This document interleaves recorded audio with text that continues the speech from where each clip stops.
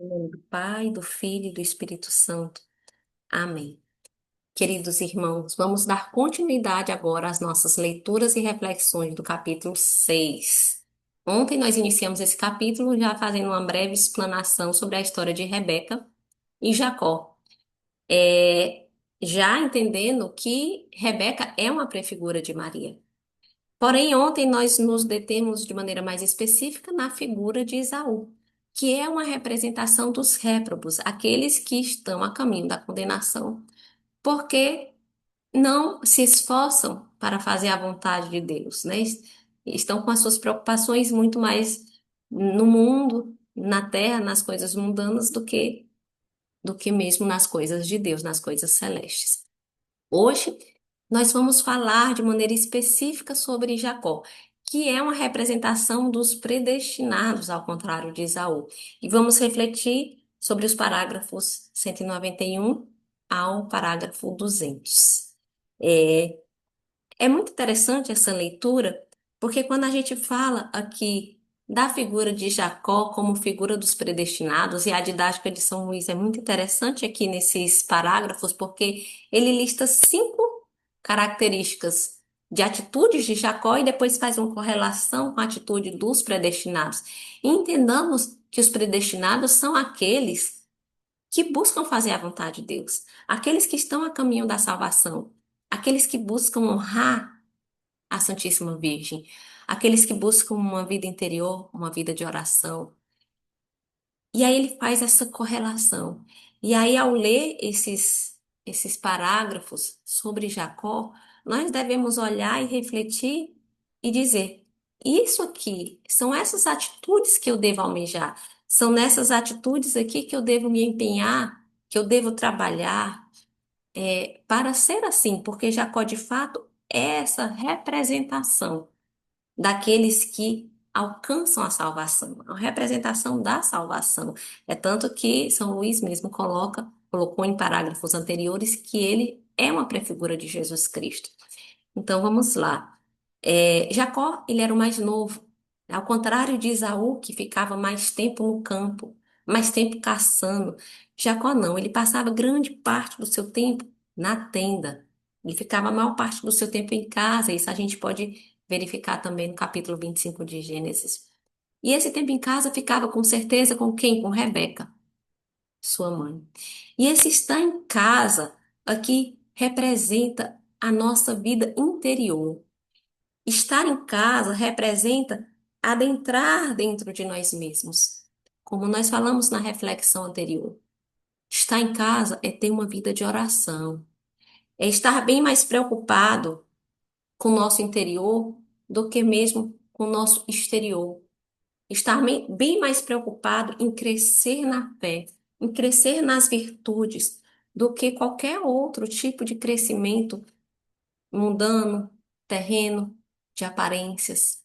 Então aqui Jacó vem nos mostrar, ele estava mais tempo em casa, cultivando a vida interior.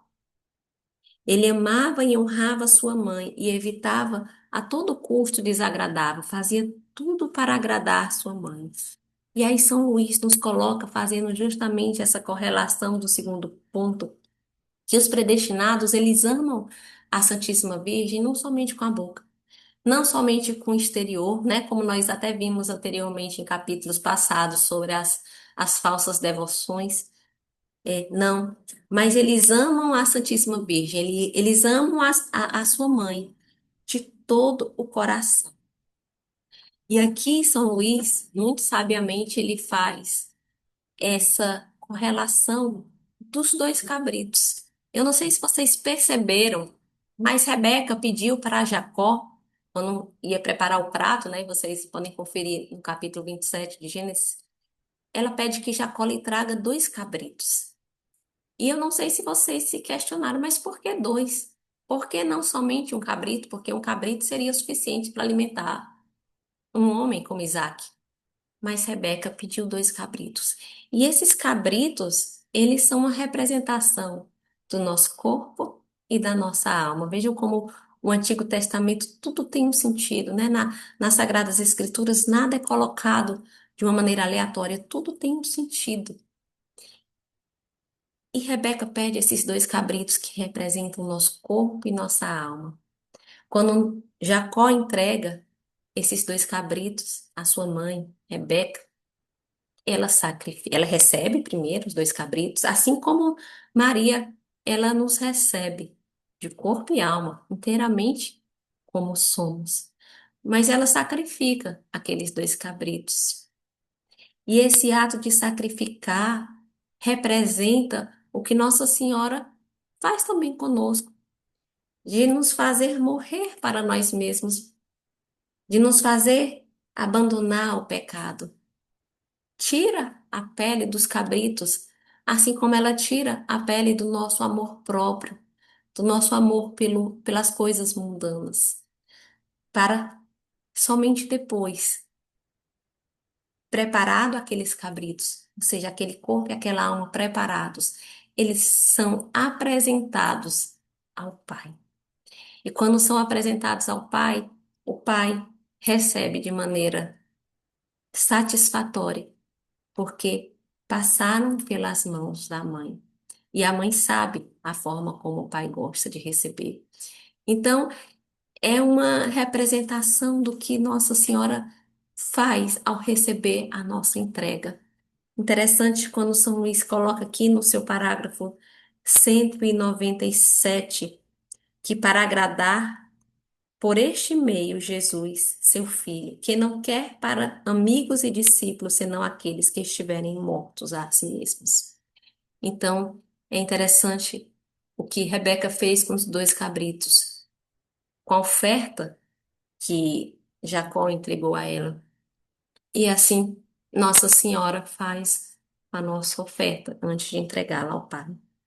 Mas continuando, vocês vão ler e vocês vão ver a riqueza dessas reflexões, continuando. Vemos que Jacó, ele também era submisso à sua mãe e ele lhe obedecia inteiramente em tudo.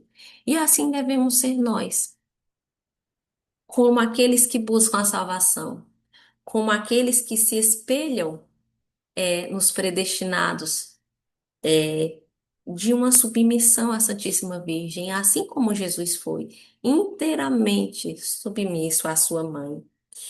E aí é interessante que é, ele faz também aqui uma, uma correlação com o Evangelho de João, das bodas de Caná, quando Maria fala aos servos, fazem tudo o que ele vos disser. Ali Jesus já tinha sido submisso a Maria, já tinha aceitado fazer o milagre, né, que foi a transformação daquela água em vinho.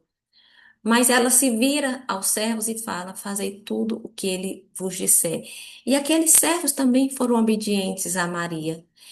E pela obediência deles a Maria, eles foram aqueles que também testemunharam, os primeiros a testemunhar o milagre de Jesus. Foram servos. Todos depois puderam contemplar aquele vinho novo, mas eles foram os primeiros que testemunharam o milagre porque obedeceram, porque foram submissos a Maria, assim como Jesus, assim como Jacó.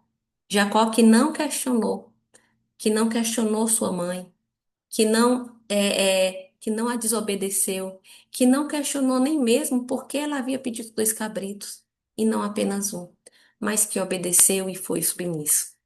E aí, continuando sobre Jacó, que ele depositava confianças sem limite em sua mãe.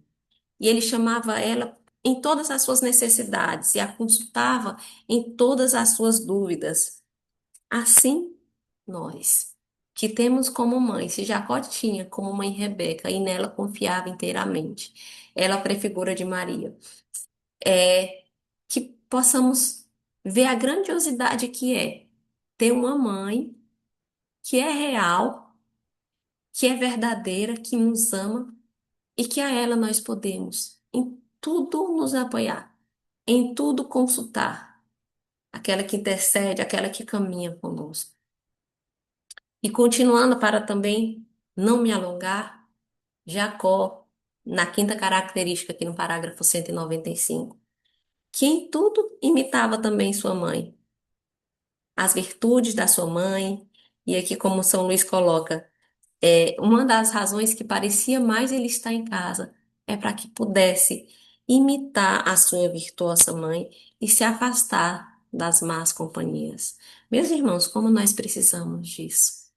Como nós precisamos estar mais com Maria? Como nós precisamos buscar imitar todas as suas virtudes, a sua fé, a sua pureza, a sua obediência a Deus, a sua vida de oração. Maria contemplava, né? Maria, tudo ela guardava no seu coração, como diz o Evangelho. Tudo ela guardava no coração. Então, como nós temos que imitar Nossa Senhora? Imitando Nossa Senhora, nos afastar das más companhias aqui representando todas as influências negativas que nós temos e no mundo de hoje, para onde quer que nós olhemos, aonde quer que nós andemos, nós temos condição de, infelizmente, vislumbrar tantas coisas erradas, tantas formas erradas de agir. Então, nós temos que focar, nós temos que agir, nós temos que estar perto de Nossa Senhora e de nos afastar de tudo que é mal, de tudo que nos afasta de Deus. E aí, para finalizar, vocês vão ler esses parágrafos com atenção.